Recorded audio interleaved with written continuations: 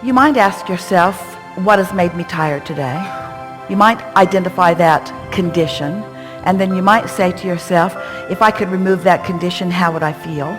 And find those emotional words, and then just focus on them and show yourself that you can find those feeling anyway. In other words, fatigue is a state of mind. It's not a state of physical being. Because alignment will refill you with the resources. In other words, you can be endlessly energetic. Really, you can. And endlessly clear if you are not tripping over the resistance. Well, yesterday I was climbing in Boulder Canyon, rock climbing. And it takes a lot of focus to do that, which is why I love it so much. It gives me something to focus on. But at the end of a long day of that, after all that focus, like, wow, me and my friends, we want to go get a beer because we want to unfocus, because we want to let go. Well, we think you're dealing from a flawed premise because we understand how it feels like you need to replenish yourself if you're depleting faster than you're infusing. But if you are focusing and therefore allowing the infusement of energy, up, right? then the energy is coming as you are expending it, and you never reach a place of depletion.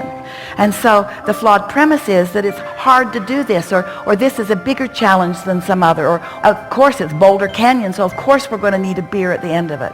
Just acknowledge that you want the beer whether you climb the mountain or not. That's it. That's it. Thank you. I got it.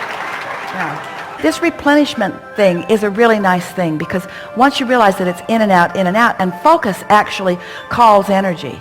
And so if you're calling energy toward what you want rather than calling thought toward what you don't want, then you don't get that tug of war. Yes, your own resistance is the only thing that makes you tired, which means it's your perception of the problem that makes you tired. Which means if you're focused upon the solution, you'll be energized. If you're focused upon the problem, you'll be depleted. You're right, it is all about focus. So whenever I'm fatigued at the end of the day, it's because I was at part of that day focusing on something I didn't want. And if I could then go gentle at that moment. Well, just be easy about it, because even hitting something like that so head on, even to say, I shouldn't be tired at the end of the day and clearly I have resistance, is just adding to the resistance. Yeah.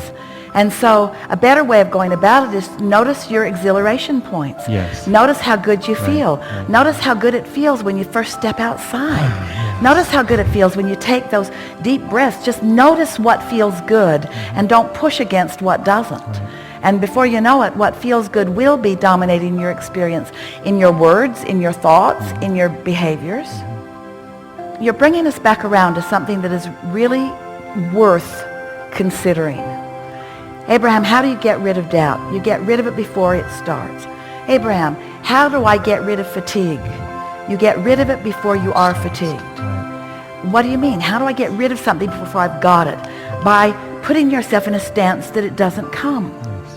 By acknowledging that this is infinite resources that you have access to, and that they're flowing to you unless you're doing something to block it.